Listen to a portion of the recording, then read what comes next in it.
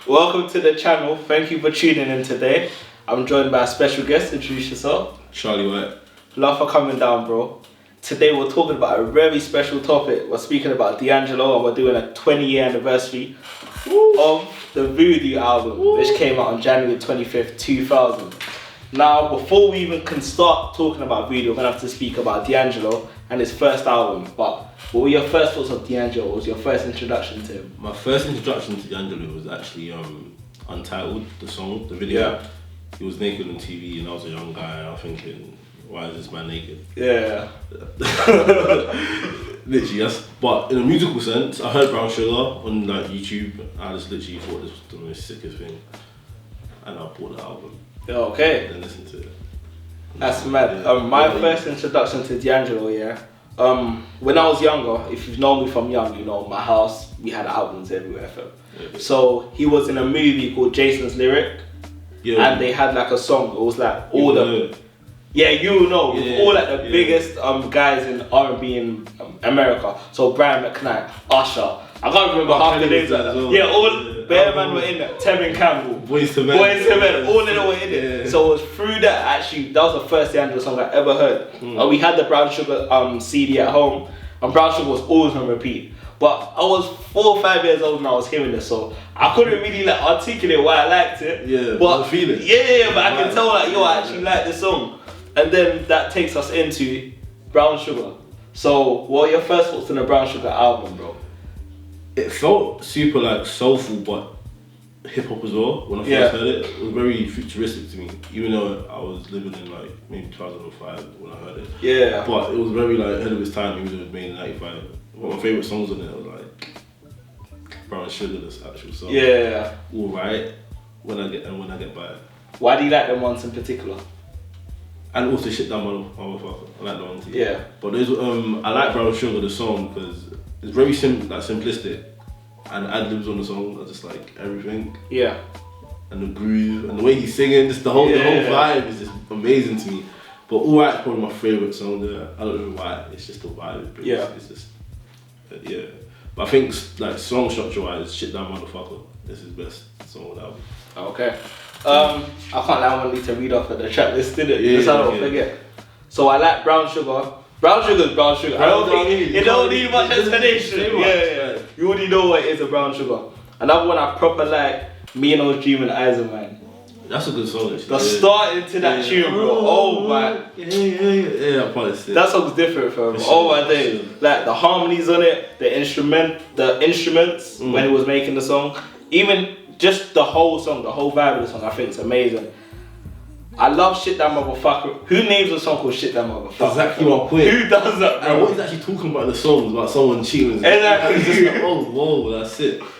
And then another song I proper like, I like Cruising. And I've got a confession to make. I've said this to a few people, they don't like it. D'Angelo's version of Cruising is better than Smokey Robinson because it's a cover, innit? Yeah, it's a cover. He covers Smokey Robinson. Yeah. Like, I've said this to a few older people that are a bit like, yo, you're moving mad. D'Angelo's version is better than Smokey Robinson. I agree. I'm throwing that out there, innit? Smokey Robinson's album version is good. It's good, but if we're comparing with D'Angelo, smacked it. Exactly. And then another one I proper like, I love Lady as well, man. The Lady's, I forgot Lady. I love Lady, bro. Oh, wow. I love Lady. I love the whole vibe. I love the video. The video was cold. Because D'Angelo had like a hip hop vibe to him, even though he was an R&B, like a soul artist. Exactly.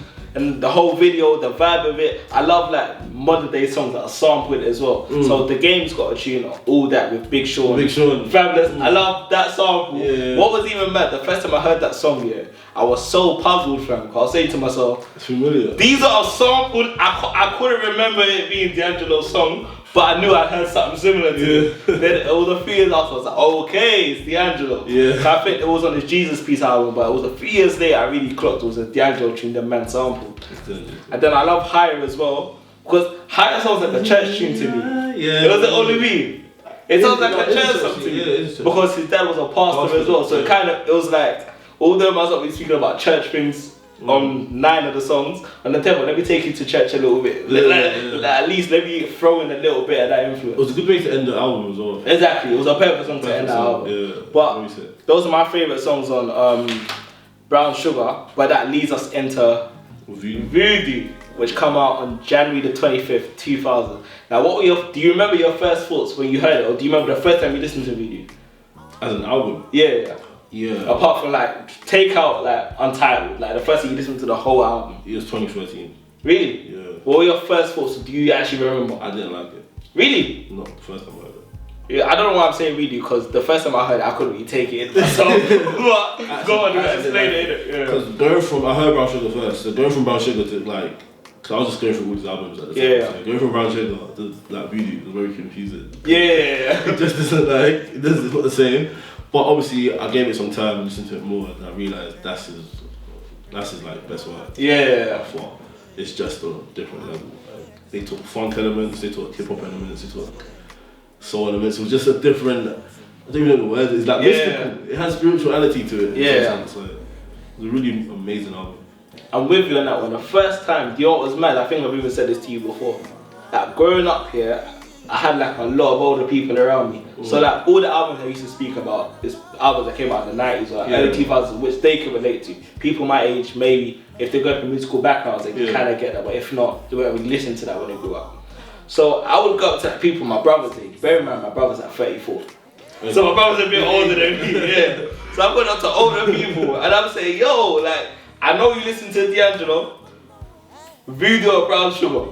And without a doubt, bro, everybody is screaming Voodoo. Yeah. And then it got to a point, I was like, yo, am I the dickhead, fam? Because I'm one of the only people I know screaming Brown Sugar's a better album. And I was speaking to fam, I swear, there's not a single person that asked at my brother's age which album they prefer, not one of them said Brown Sugar. Were you only asking guys then? No, I was asking girls as well. Okay. But nowadays, it's funny you ask me that, because nowadays when I ask girls at our age, which they prefer, they say Brown Sugar. But older girls, they say Voodoo, fam. Okay, maybe because of the time period. Yeah, exactly. Yeah. But I'm asking people, everyone say Voodoo. And then it happened for a few years and I'm thinking, yo, I must be the dickhead in this situation. Because I can't be thinking to everybody and everybody's scheming Voodoo and the only person saying Brown Sugar. Now I'm a bit older. Yeah. I totally get what they're scheming from. Yeah. It's a complex sound. I think I've even said it to you before as well. Voodoo's a difficult listen, fam.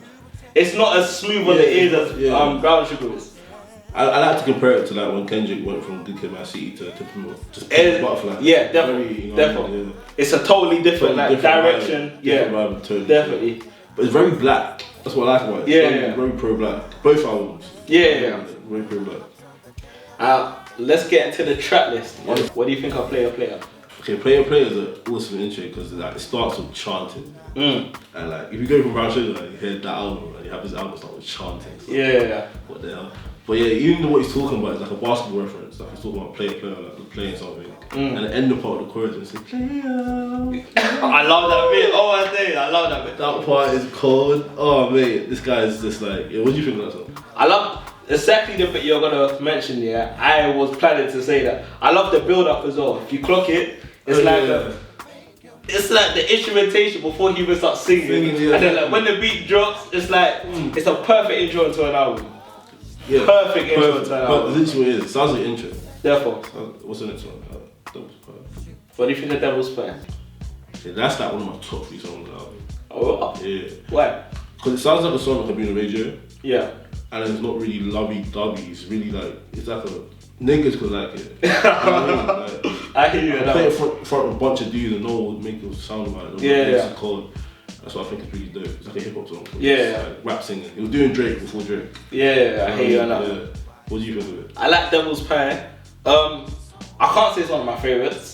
Okay. But I do like it. I love the beat. I love what it was talking about, the whole content around it. But I can't say it's one of my favourites, is it? That's fair. Yeah. It's a video for Devil's Prayer. There isn't. No. Was it a single though? Yeah, it was a single. It was on a soundtrack for a film that Nas and DMX were in. What film was that? In 98, I think. Because Devil's Prayer came out way before the album. Yeah. I'm trying to think what. I can't remember what the film was called. Shit. But anyhow. Yeah. So the next one would be fucking Left and Right. What do you think of Left and Right? Left and Right. I love that you got both Method Man and Redman on it. Yeah. I love that you got both of them on it. It's not one of my favourites. It's not one of mine. But I get the appeal. I get why at that particular time we decided that I need both Method Man and Redman on it. Because that was when both of them were at pivotal times in their career. Sure. But I do like the song. What was interesting though, like just reading about like the album and all of that, a lot of people didn't like that song. They didn't? No, a lot of people found their verses quite misogynistic. And now I listen back to it, I can get what they kind of mean. Because they're thinking the sort of vibe on the album. Yeah. And then the verses they dropped on it, they didn't think it was a perfect fit. I get it, I wouldn't have thought that without actually finding that out. Apparently so, though. Apparently he wanted someone else, maybe Q-Tip on that song. But I don't think Q-Tip. I think Q-Tip's verse was bad or something. Okay, yes.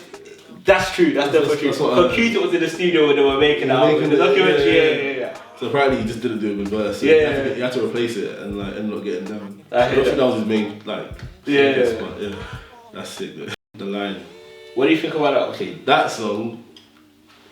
So that song, yeah. Okay, the intro of that song. What is it? It's just harmonies. The line. He starts the song with harmonies. That's some Prince shit. Like, oh man, that's probably my favorite song. Other than The Root. Probably my favourite song on the album. That song is incredible. Like, the line's the one where he's talking about like how a girl cheated on him, innit? And I wouldn't be able to know. The line's the one. I think the line's the one. Put on the line. That's what you were saying. I'm gonna put it on the line. Yeah, that's what he's talking about. A girl that cheated on him and the way it made him feel. Funny, he said. I love that song as well. I love the harmonies. I love the way he made it sound. I love the instruments behind it. I love everything about the song. What do you think of Send It On, bro? I don't really like it. I know that's gonna bug you out, but I don't really like it. It's too. Why not? You need to explain yourself for that one. It's a good song, obviously, but I feel like I just can't listen to it all the time. Okay. And when a song has replay value to me, I guess I don't like it. Yeah. So, you know what I mean? But it's a good song. That it's amazing on the album. When you listen to it for an album, it's great. Yeah. As a song, cool. Now I'm on a totally different vibe. You like that one? Right? Said it was my favorite song of the album, bro. Said it was my favorite song of the album. Initially, before he sampled Cool and the Gang, Sea of Tranquility. Now my mum was for this song. Yeah, on Send It On. The opening, the opening instrumentation from Cool and the Gang, Sea of Tranquility. And my mum used to love them, innit? So that was another song when I'm hearing it, I'm thinking I've heard this before. Yeah. It's recently I clocked, or was it actually them, man, innit? I had no idea. But when I've heard that, I thought, even what he's talking about his unborn son. I love the vibe of it. I love the way he made it sound. Even the video where he's like live in concert. I love the whole. Girls roses. Yeah, I love the whole vibe of the song. I love. Send It Was definitely my favorite song on the album. Really? It's like the only song, or maybe not the only, but it's one of the few songs. Whenever I listen to this album, I can't listen to without listening. I'm playing it like 5 times. Okay. I get to Send It On, and by the time Baby gets to the end, I'm like, straight to 0-0. Like, straight to them again. I need to listen to it again at least 5 times before I go to the next one. But Send It On was definitely one of my favourite ones on it. Hands down. Hands down. I might have to listen to it again. Send It On is amazing. I'll listen to it again. Fam, every time, sometimes people ask me, because people know I like D'Angelo. When people name one song off a week to listen to, I always point to that one. That's what you recommend? Always. See, I would recommend that song. Which one would you recommend? For any D'Angelo song? Apart from Send It On? No, on Voodoo. On Voodoo? Yeah. Oh, okay. I'll probably recommend either The Root or Spanish Train. Ooh. We'll get to them ones, innit? We'll get there, fam. What do you think of Chicken Grease? Yeah, I like Chicken Grease. It's a cool song. It's a funky song. Yeah. Funky song. It's a cool song. It's a vibe. I watched his performance on Chris Rock's talk show. Back in the day. It was on YouTube. But yeah, he performed that song. Yeah. That helped you like that song more. I think on the album, I think it's alright. It's cool. I like the vibe of Chicken Grease as well. I can't say it's one of my favourites. It's not Again, but I do like it. Song, I like the vibe of it. But it's an amazing song. I get the whole appeal of it. You kind of move to it when you hear it playing. Exactly. What do you think of? You used to say this in American accent, bro. When you say it in a British accent, it don't work, bro. One more game. One more game. However you say it, bro. One more game. It don't work when you say it in American accent, bro. But yeah, what do you think of that one? Big tune. I'm surprised you like that one, though. It's a big tune. I like One More Game. I actually like One More Game. It's actually a really good song. Why do you like it? I like what he's talking about, the way he does it. It's like he's having a conversation. Yeah. And he's talking about he wants one more gun basically. Yeah. One more chance, I think that's what he's trying to say. Yeah. But yeah, it's a really dope ass song. I like the way he structured it. How it's kind of long as well, right? Yeah, it's very. I would have titled it might be the longest song. Yeah, I think and the ending part when it has the outro. Yeah, that little jazzy part. Yeah, that is sick. That is so sick. For me, one more again, yeah. One more again. Let me get that right. One more again.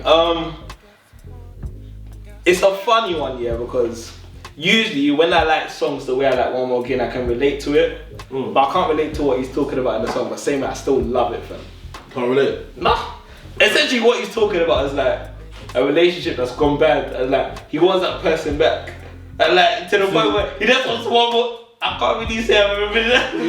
For me, if it's dead, it's dead. I get that. I like that. Like, if it's dead, it's dead. But then I was like, but I can see why he would do that. Yeah. She's the one for him, and he's like, damn. Yeah. Like, I get what you're saying. I just got usually when I like songs where I like, I can relate. This is one of a few songs that I can't relate. Same time, I love it. I love the vibe of it. The instrumentation before you even start singing. Yeah. I think it's amazing. The whole vibe, like D'Angelo's D'Angelo, bro. Like he's a mastermind when it comes to it. Super genius. Now let's get to the root, fam. The root. Yeah, this is now. I think I said every my favorite song, but this is my favorite song. Yeah. This is the pinnacle. Why? Is this very advanced? I don't think many people can make this. Yeah. It's very advanced. Like the guitar bit is like playing backwards. Yeah. And when you hear him singing, it's like 25 vocals on the voice. So you don't really know what he's saying. Yeah. But the way it feels, the way it sounds is just like, whoa. And very emotional. I'm not saying I'm an emotional person, but like the song is very like deep. It's a powerful song, man. The root, like it's deep in you, you know what I'm saying? Like, yeah, that's a song, bro. The roots on One Record was like from the vine to the wine. From the album creation. Yeah. That's what's amazing still. Deep song. The harmonies on that song is amazing. One of the highlights of the album. It's a big song. Even though you like that song that much, you just hear it, you just know why. It's like people like it. I definitely give you an album. Yeah, it's a really cool song. If I'm honest, yeah, it's definitely my top 5 right now. It has to be. It has to be. It's definitely hands down. One of the best songs on the album. Like you just can't. It's definitely part of that conversation. Spanish Strain. That's a really big song. I really fuck with that song. Why, fam?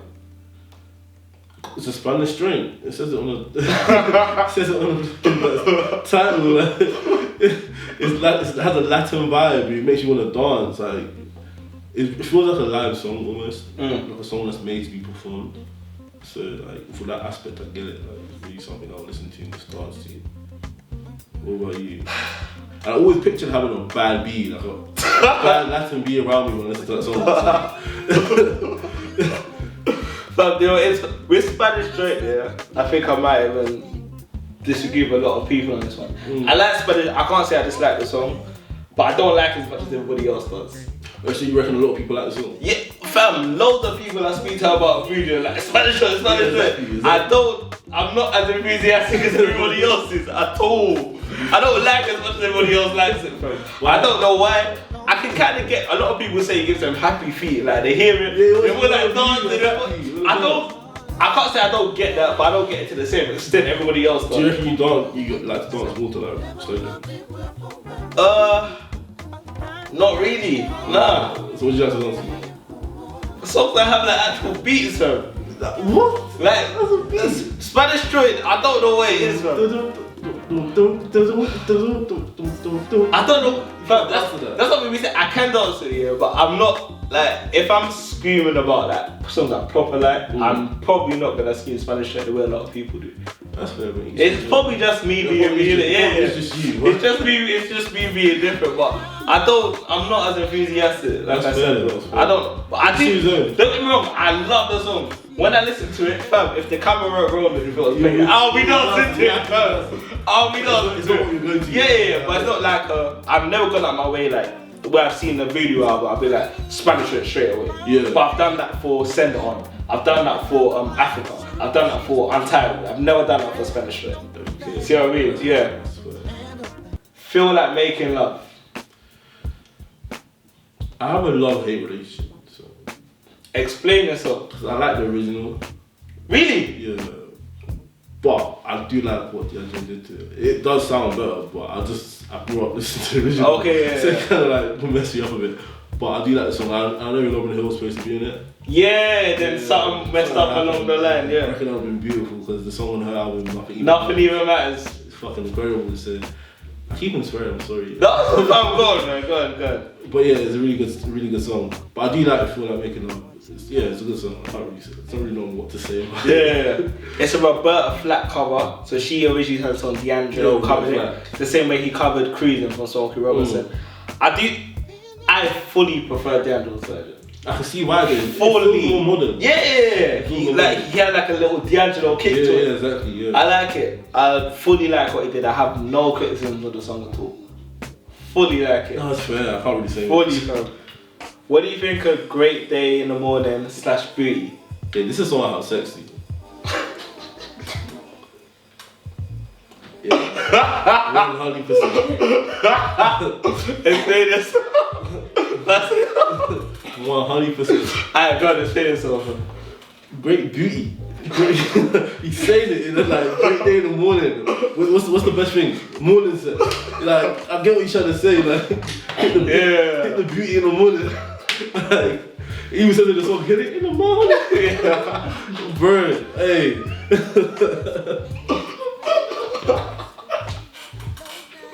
This is the PG show. Bro, I hear you. I'm just being real. I hear you, bro. I hear you. Great Day in the Morning. I like the way he even blended two songs in one. Yeah. He's doing some innovative shit. Yeah. I like the way he blended both of them. Fam, what do you think of Untitled? How does it feel, fam? Well, it's a great song, obviously. It's an amazing song. I love the song. It's probably the biggest song. But I think it sounds too much like Prince. Personally. So, yeah. It's a great song though. Yeah. I think that's how I even know about D'Angelo because I saw the video. Yeah. I don't think he likes Untitled personally though. Really? I don't think he does. Why do you think he made it? No, he probably liked it when he made it. Yeah. But over the years, I think he probably doesn't like it anymore. Okay. That song ruined his career. Yeah, essentially. It ruined him. Basically, like his mental. After that, he just kind of ran away from it. Yeah, he became a sex icon. That's not what it was about for him. He wanted to be about the music. So, but it's a great song though. I can't really cap on the song. Yeah. But I just prefer Prince's way of doing it. Yeah. But yeah, what do you think though? Exactly what you said. It sounds very much like a Prince song, but up until like when Untitled came out, I would say you could kind of tell who D'Angelo was influenced by, but he didn't really sound exactly like that. But on Untitled, fam, if you know Prince's music, you know he sounds like him to a T. No, but this album though, it's not just Prince, the whole 70s funk. Yeah, James Brown, Sly, all of them, man. Yeah, Curtis Mayfield. You know who he banged up, but you can tell he takes influence from them, but he's not trying to exactly copy the way they sound. Yeah. I get that a lot with D'Angelo. Huh? You talking about a person in particular that you're trying to listen to? No, so all those people you can tell that he listens to them, but he doesn't sound exactly, but you can tell he takes influence from them. Yeah, for sure. But that's what a good artist should do. Yeah, exactly. Just study the greats and try to be better. Exactly. Yeah, exactly. He's smart. But with that song, the whole appeal, for being honest, was the video, bro. Is that, yeah. Oh, the video, bro. The video is like advert. Yeah. You know what I mean? So it's like, I can't really speak on it, but it's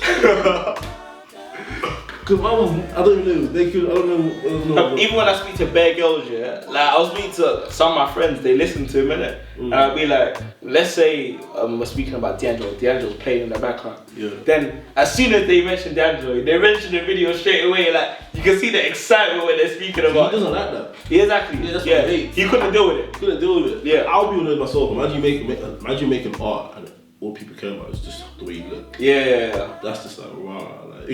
But I can't lie though, I would pay good money to have seen Prince's face when he heard Untitled. He was pissed apparently. That's what I'm saying. I would have loved to see Prince react because it's a carbon copy. I would have loved to see the way Prince react. It was a compliment to Prince.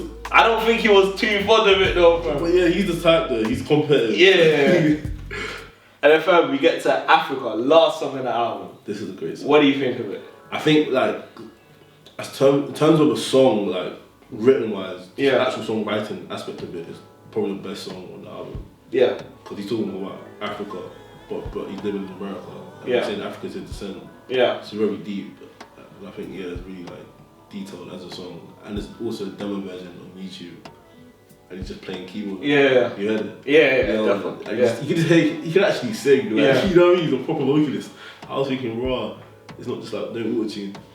But yeah, that's one of my favourite songs already. He sampled. He sampled something? He sampled Prince, I Wonder You. Really? Yeah, the interpolation at the beginning. That's where you got the sample from. And I do love that song. Oh, do you mean the part when the keys are just... Yes. Oh, yeah. wow, okay. He sampled that. I love Africa. I love the message on it because he related it to like him being of African descent in America. Exactly. Where he spoke about dwell in a land that's meant for many men, not my tone. Yeah. And he related to the love of his son that he had with like Angie Stone. From whence you came was love. Like I love the whole message of it. Funnily enough, Questlove said that's his favourite song on the album. And I can get why. I can get why someone listens to that whole album like this is the song that sticks. Yeah, and what's cool about the ending of that song is like it plays every single song on the album. But it's super sick. And again, the instrumentation of the album is amazing. Yeah, especially towards the end, it's amazing. And everything was analog based. There was no like Pro Tools or no laptops involved. No tape, very old school. That's what's a vintage sort of feel like. Yeah. Really cool. What are your thoughts on the production on the album? Yeah, production wise, it's very advanced. Yeah. It's very like, it's super meticulous. I feel like you have to have a certain air to really get it also. Yeah. But it's interesting because he did most of it himself. He had help from a few people, but he did most of it himself. Like he does everything himself. He's very hands on, and it's just so sick to see. Yeah. But yeah, I love production wise. My favorite song was probably Spanish Strain and Root. Because Spanish Strain, obviously, Spanish Strain. Yeah. And it's one of those songs you can also dance to because of production. Like, it's groovy, has a little salsa to it. And like, the Root is also like another thing with guitar, backwards guitar. And I think it's two guitars playing at once, but the way backwards, it's just, I don't even know how to explain it, but it's just, you know what I mean? It's ridiculous. What about you? What do you think? I love the production on it. One thing that strikes me about D'Angelo, which I clocked on Brown Sugar, like you know, like when you look at the CD, you read the booklet, and it's just like arranged by D'Angelo, written by D'Angelo, produced by D'Angelo, and like man does everything himself, which is was quite a contradiction till today. Because today this isn't even like a snap on artist, but a lot of artists can't play. But back then they played everything and they were able to like actually sound. That's not necessarily true. Not everyone did that. You think so? No, not everyone. It's hard to do that, you know. I think a lot more people did it back then than now. Yeah, a lot more people. Yeah. But back then you had to use tape. Yeah, exactly. It was a bit different. It wasn't. It's not even just recording. You have to like you can't even play bass that well, but you can still play bass. Yeah. I mean, kind of like Prince. Yeah. But yeah, I love the way he was very hands on. I like the fact that like the production, he got DJ Premier in his production. Yeah. You got Questlove. Even if you watch like interviews where Questlove's talking about the album, he'll be like, D'Angelo came up to him and said, play this instrument, but play it wrong. Like misplay it, fam. I want you to misplay it, but even when you misplay it, make it sound good, but don't play it the way it's supposed to be played. Like, what does that even mean? What does that mean? But when you listen to the album, you're like, nothing sounds out of place. No. When you listen to it, it sounds very good, but somebody's misplaying the instrument and it still sounds that good. Apparently they'll listen to like, let's say T albums, so they'll listen to Jimi Hendrix album, they'll listen to Marvin Gaye album. Yeah. And like, they'll just be jamming after listening to his album from Friday, and they'll just make a song from that. And I'm thinking, wow, that's sick. So you like 3 hours going in. Yeah. That is cool. And the production is another thing I'd say, is very complex. It's very hard on the ears as compared to Brown Sugar. Yeah. I think Brown Sugar is a very easy listen. But you listen. That's why to me it's less boring. That's why it's boring. It's more boring, yeah. This is more entertaining as an album. Yeah. With Voodoo, I feel like you need to make a conscious effort. And that's another interesting point, because when I was younger, I used to prefer Brown Sugar. Because it was very easy. Yeah, like, when you listen to Voodoo, like R&B song. Yeah. When you listen to Voodoo, it takes you here, the next thing you know you're there, then you're there. And I'm like, brother, what's going on? But now when you listen to it, I'm like, I get where he was going with it. For sure. He's trying to give a very diverse sound within one body of work. But with Brown Sugar, I think it was very much, you kind of knew where he was taking you to. With Voodoo, it's a very different journey. I wouldn't expect it. Let's say I was from that era and I was like a proper D'Angelo fan, back in 95, and I heard Brown Sugar. Then year 2000, I heard Voodoo. I'll be thinking, this guy been taking drugs. What's going on? It's and it's funny because you mentioned it was like a similar situation with Kendrick, Good Kid, Mad City. And To Pimp a Butterfly. Cause a lot of people heard To Pimp a Butterfly initially. I was like, what the hell is it? It goes a totally different direction, and then it takes a while to go on. When I first heard To Pimp a Butterfly, I loved it. Like, really? I thought it was so. It was to me, it was like one of the best albums I've ever heard in my life. I think this shit is ridiculous. Yeah. Like Kendrick's the goat. I still did prefer Good Kid, but I love To Pimp a Butterfly, but I still prefer Good Kid. Still. First time I heard it. I think To Pimp a Butterfly is a better album, but it has less replay value because the songs are so abstract. That's a debate. We'll have that back here, bro. We'll never have that debate again, bro. But yeah, I love the production of it. It's a dirty album. It's really very, and I think if you listen to a lot of albums, you know what I mean by that. Yeah, I do. It's a very dirty album, bro. Very hard on the ears, but dirty in a good way. Even with the way the vibe it gives off. Yeah. It's to me very sexual. That's dirty, like low-key slutty. Very fun. And what do you think of the longevity of the album? Well, the fact we're speaking of it today speaks a lot, It speaks a lot. And I see a lot of new artists who are like from England, like underground, and they're just making soulful music. And they always tend to reference the underground. But they mention Voodoo, not Brown Sugar. Yeah. Like, everyone that mentions like, I feel like it's a similar situation to Kanye West and Jesus. You know how they made all 8 Weeks of Heartbreak? Yeah. So he had a way of doing things and he changed it. That now just way more impactful because like people weren't expecting him to do that. Yeah. So I feel like because of that, he did that and took a long ass break. So 14 years and just one album, and an amazing album. Yeah. So of course it's gonna like really touch people. Yeah. So that's what I really think like most people like really.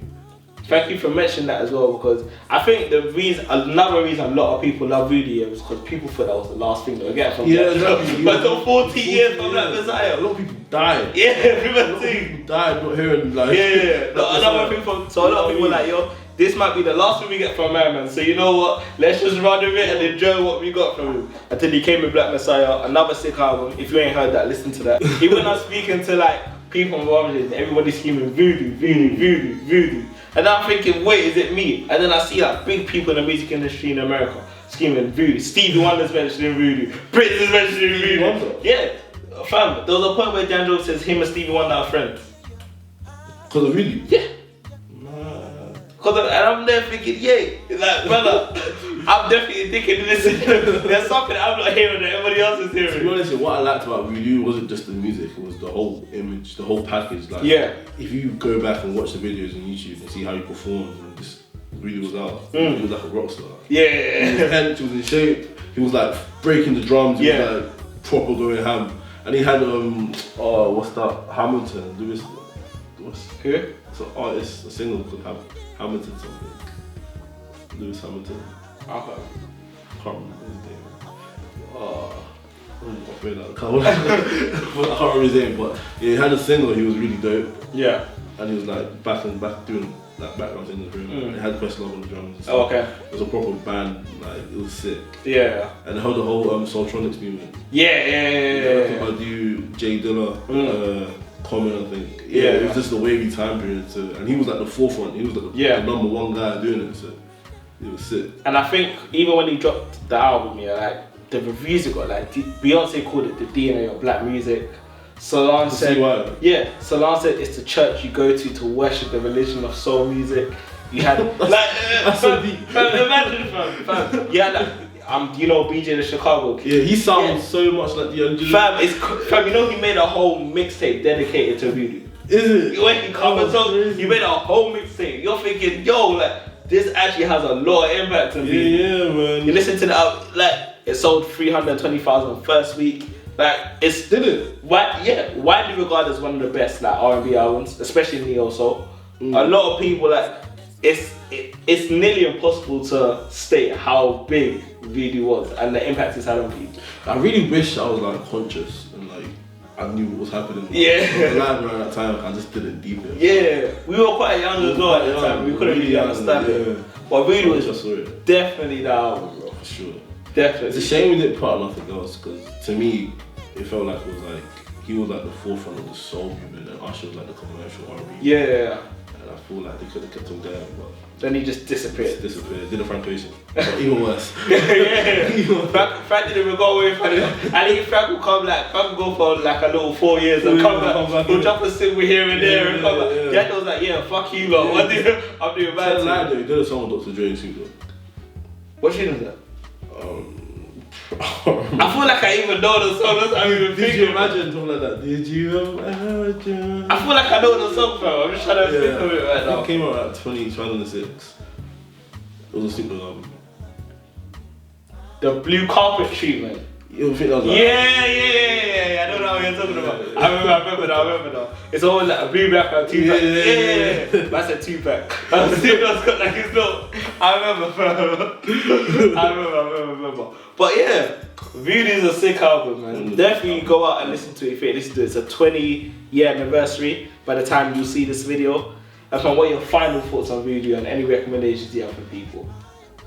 For Voodoo? Yeah. Okay, my final thoughts on Voodoo was like one of the most impactful albums of this new millennium, since 2000 onwards. Really, like, I don't feel like people like Steve Lacy would have a voice on the internet, or like even Kendrick to a certain extent. I don't think he'd be able to like do certain things if it wasn't for albums like Voodoo, or Voodoo's influence. But if I was to recommend a song for people to check out, obviously Untitled. My favourite song was The Root. Check out The Root. Check out Spanish Strain, The Line, and Player. Yeah. For me, definitely listen to Voodoo if you're looking for a good album to listen to, a good neo soul album, a good album that's not. It's not a regular album. It's an album that will challenge you. But when you listen to it, you over time, you elevate. Yes, over time you appreciate albums like this, definitely. Sure. And my favourite, which I'll say you need to listen to, Send It On, without a shadow of a doubt. Without a shadow of a doubt, listen to Send It On. Fam, it's a tune, bro. I'm not hearing it. Send It On, fam. One More Again, The Line, and Africa as well. Untitled, even if you don't listen to Angelo, that's probably the song you know. You probably know it. Yeah, or if you don't know the song, you've probably seen like a snippet of the video. For sure. Because that video was flipping everywhere. Yeah. So you probably know that song. It kind of scarred me growing up, to be honest. Why do you think it scarred you? I still not seeing naked man on TV. I hear you on that one. I just didn't want to see I hear you on that one. I didn't ask for it. Yeah. You know, it doesn't appeal to you. I definitely hear you on that one. Everywhere. Where can the people find you on social media? I'm not on Twitter, so check out my Instagram. It's Charlie White with 2 E's and White with 3 E's. No, sorry, Charlie with 2 E's and White with 3 E's. Well, yeah, thank you for watching. Thank you for watching our 20-year anniversary of Voodoo by D'Angelo.